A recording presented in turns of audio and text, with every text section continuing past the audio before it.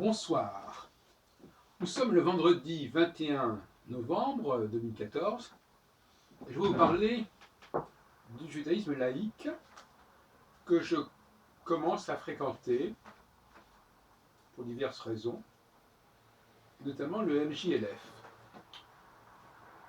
C'est ma dimension ethnologique qui apparaît. J'aime bien entrer dans un groupe, dans une communauté et l'étudier, la comprendre, la décrire. Et de toute façon, étudier le judaïsme sous l'angle de la liturgie et de la prière, ça complète considérablement et formidablement mon travail par ailleurs de recherche sur le judaïsme. Et d'autre part, il y a un corpus qui est celui des livres de prière, qui est tout à fait passionnant et fascinant pour quelqu'un comme moi, qui suis un spécialiste des recueils et qui étudie la genèse des recueils. Et là, en l'occurrence, en plus, il y a la question des interférences et des influences entre la liturgie juive et la liturgie chrétienne tout au long de leur histoire, avec éventuellement, qui sait, des interactions mutuelles. Ça, c'est une hypothèse totalement gratuite pour l'instant. Alors, ce qui me frappe dans le judaïsme laïque, c'est le projet lui-même, voyez-vous. Le projet de renouvellement. Là, j'ai la revue Tenoua, qui est la revue du MJLF. Il y a une volonté de renouvellement, il y a une volonté d'égalité, d'ouverture. Et ce qui m'intéresse, ce sont les limitations qui se présentent face à un tel projet de renouvellement. Bon, je sais de quoi je parle, je sais que dans d'autres domaines, les projets de renouvellement se heurtent à des résistances, à des inerties, à des traditions identitaires, plus exactement. C'est-à-dire que s'il n'y a pas ça, on ne se sent pas appartenir à la communauté. Cela dit, j'ai assisté ce soir à un office du vendredi soir, nous sommes au mois de novembre 2014, et j'ai été frappé par quelque chose qui, en soi, est tout à fait banal, mais qui m'a interpellé, à savoir que d'abord les hommes et les femmes se côtoient librement dans l'espace de la synagogue et sont assis les uns à côté des autres. Et néanmoins, les hommes et les femmes n'ont pas le même statut.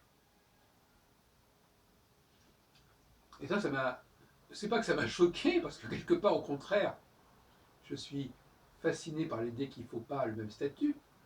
Mais ce qui m'intéresse, c'est de voir comment des gens qui veulent changer justement la tradition n'y parviennent pas, ou difficilement, ou dans des limites très précises. C'est ça qui m'intéresse.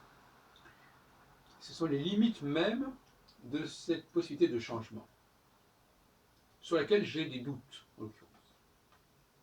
Donc je dis très clairement mon approche, ma démarche. Je note par exemple que il y avait ce soir donc deux femmes rabbins et un homme rabbin. L'homme rabbin a une calotte, une kippa, comme on dit, une yarmoulka, comme on dirait également en est de l'Europe. Et les femmes rabbins ne sont pas couvertes. Alors, on peut se poser quand même la question. Et, bien évidemment, cela correspond au comportement du public, de l'assemblée, comme ils disent, à savoir que tous les hommes ont la tête couverte d'une calotte, et les femmes, en règle générale, à 95%, 99%, ont la tête découverte.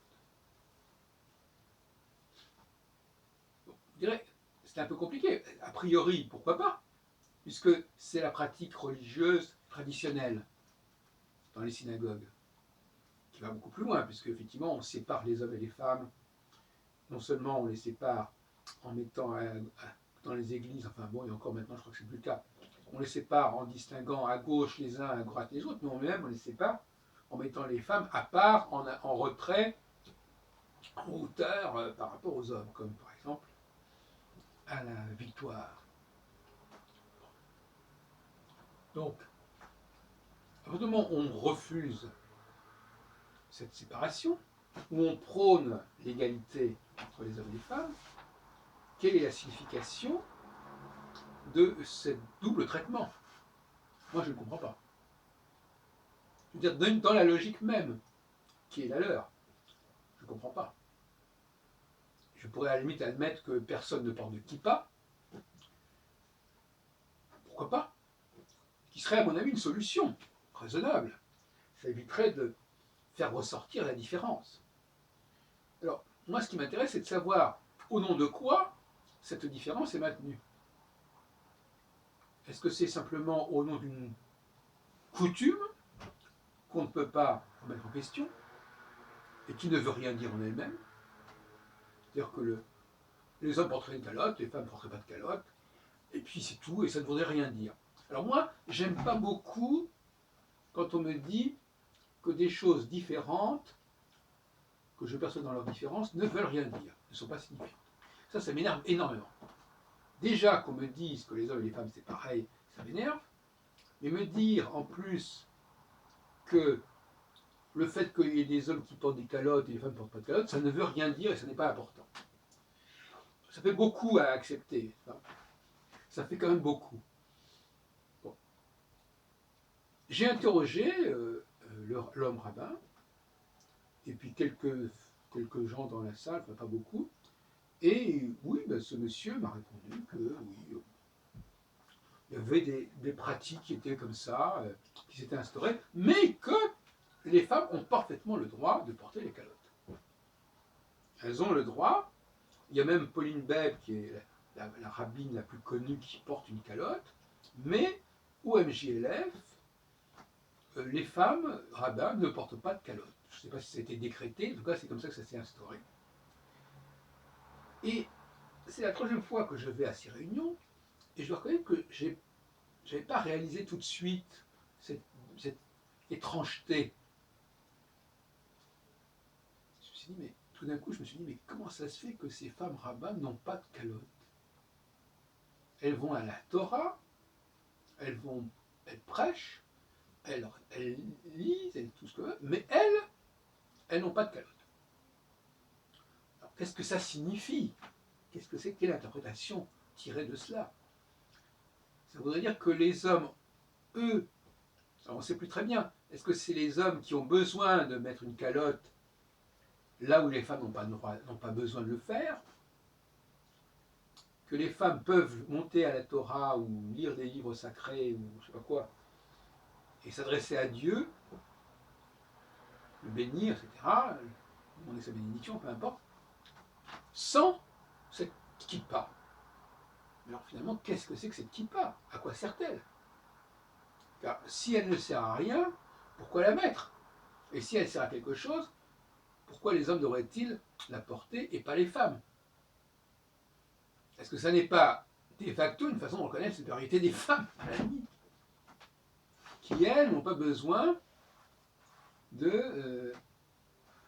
d'afficher cette marque de respect envers Dieu, qu'est le port de la calotte? Je suis resté dans ma perplexité. Alors je continue. Ensuite, je me suis interrogé, j'ai discuté avec une personne, que j'avais déjà vue une fois précédente, sur la répétition. Alors je lui ai dit, vous savez combien de temps que vous fréquentez cette synagogue du 15e arrondissement? Oh, depuis l'an 2000. Ça fait quand même 14-15 ans. Et les documents que vous lisez, les prières que vous lisez, tant en français qu'en hébreu, c'est toujours les mêmes. Ah oui, absolument. D'ailleurs, le livre de prière qui est distribué, il a été fait dans les années 90, je crois, je me trompe peut-être.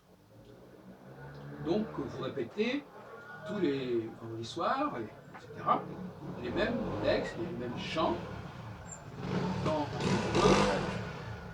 La dame dit d'ailleurs tout de suite qu'elle ne connaît pas du tout l'hébreu, tant en hébreu qu'en français. Là aussi, il y a un problème qui se pose. C'est-à-dire que le judaïsme laïque, excusez-moi de ce lapsus, parce que j'ai effectivement été marqué par le judaïsme laïque à une époque, mais là, ce n'est pas du judaïsme laïque, le judaïsme libéral.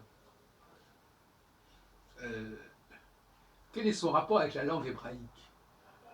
On ne sait pas très bien, parce que quand même 90%, ou en tout cas 75% de l'office est en hébreu.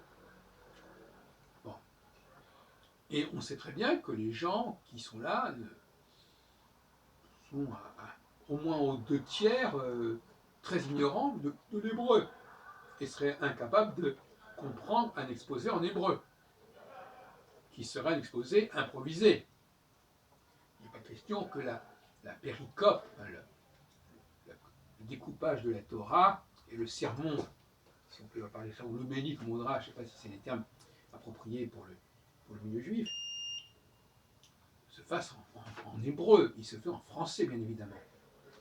Donc là aussi il y a une ambiguïté qui est assez compliquée, ambiguïté d'ailleurs que me permet de faire un peu de digression, qui est également vrai dans le cas de Jérusalem. Les gens de Jérusalem, quand on leur parle de leur ville, ils disent ah la ville, ils montrent tout de suite les photos avec les murailles, les mosquées, etc. Le mur. Et en réalité, ils ne vivent pas là-bas. Et dans presque tous les cas, ils vivent en dehors de cette cité. Ils mettent quasiment jamais les pieds là-bas. Aussi, on est dans une espèce de double jeu qui est un peu bizarre. Bon, je ferme la parenthèse. Et alors, donc, l'hébreu, alors le rapport du judaïsme libéral à l'hébreu, il m'échappe aussi complètement. Mais ce qui me contrarie le plus, c'est que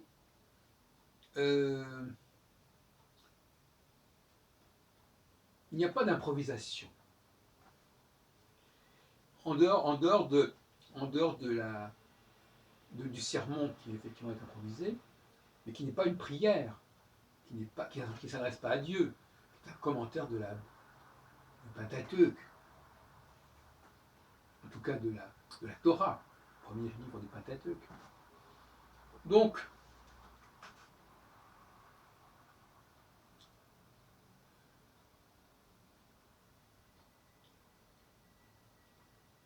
oui, dans le Pentateuque, donc il y a la Genèse, il y a l'Exode, il y a les Nombres, il y a le Lévitique, il y a le Deutéronome. Je rappelle le Chumash, les cinq livres. D'où le mot Pentateuque, qui veut dire 5. Donc, bon, le discours historique est improvisé, plus ou moins, en français, mais les prières, moi j'aime bien ça plutôt les louanges, les bénédictions, parce qu'en fin de compte, c'est presque essentiellement des prières d'action de grâce. Voilà, on s'adresse à Dieu, etc.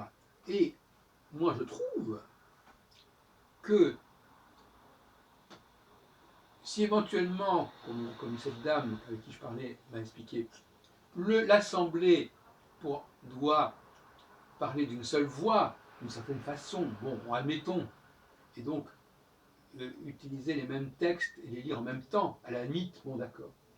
Mais il serait éminemment souhaitable que les rabbins ou toute autre personne de l'Assemblée qui veuille s'exprimer, qui veuille improviser, exprimer cet amour pour Dieu, ces remerciements, cette demande à Dieu, peu importe, que les gens le fassent d'un chien. Mais oui, qu'ils le fassent. Il y ait cette dualité entre improvisation d'un côté individuel, de passage à l'acte, de selfie individuel, et puis, en hébreu d'ailleurs et en français, pourquoi pas, pour ceux qui sont capables de parler l'hébreu, qu'ils le fassent.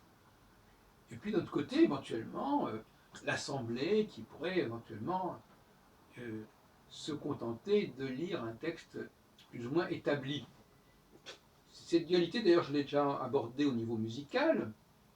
Je pense qu'il pourrait y avoir des orchestres qui joueraient certains morceaux qui seraient déjà établis, et puis il y aurait le soliste qui improviserait entre les deux ou avec les deux, ou en même temps que les autres.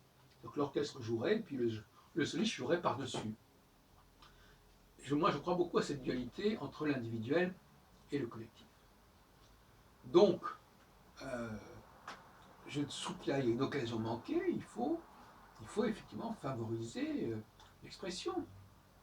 L'expression hébraïque, l'expression française, ou l'expression musicale, tout simplement. Mais là encore, pas uniquement comme ça se fait là, avec des trucs complètement, des partitions, un petit orchestre, un petit trio, qui joue des pièces parfaitement établies et cristallisées, mais là encore des improvisations. Je ne sais pas, notre société est en panne d'improvisation. Notre société, au nom du collectif, s'enferme, se condamne à lire des textes immuables. Je trouve ça tout à fait triste. Triste. Bon, cela dit, ce n'est pas désagréable, bien entendu.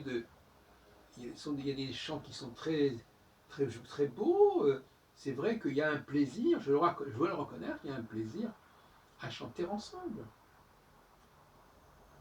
Et notamment en hébreu, pourquoi pas. Mais ça fait un peu quand même scolaire. Voilà. On lit. Bon. Et puis de toute façon, je l'ai déjà dit probablement dans d'autres textes, dans d'autres expressions, je veux dire que il n'y a que dans les synagogues, enfin j'exagère, mais je veux dire que si quelqu'un prend la parole et même lit un texte, alors s'il lit un texte, pourquoi les gens, s'ils comprennent le texte, pourquoi ils le lisent, pourquoi ils auraient le texte de ce qu'ils lisent sous les yeux? Tous les gens qui sont dans l'assemblée n'ont pas besoin. Je sais pas, quand quelqu'un prend la parole dans une assemblée, il n'est pas obligé de distribuer à l'avance son discours. Bon. Donc, qu'est-ce que c'est que ces gens qui prennent la parole pour lire des textes qui sont eux-mêmes distribués dans le public? Ça fait penser, vous savez, aux anciens chanteurs des années 30 qui allaient dans la rue et puis distribuaient les partitions pour que les gens puissent suivre et parler, chanter avec eux. Bon, Edith Piaf a fait ça et d'autres ont fait ça. Bon, très bien. Mais néanmoins,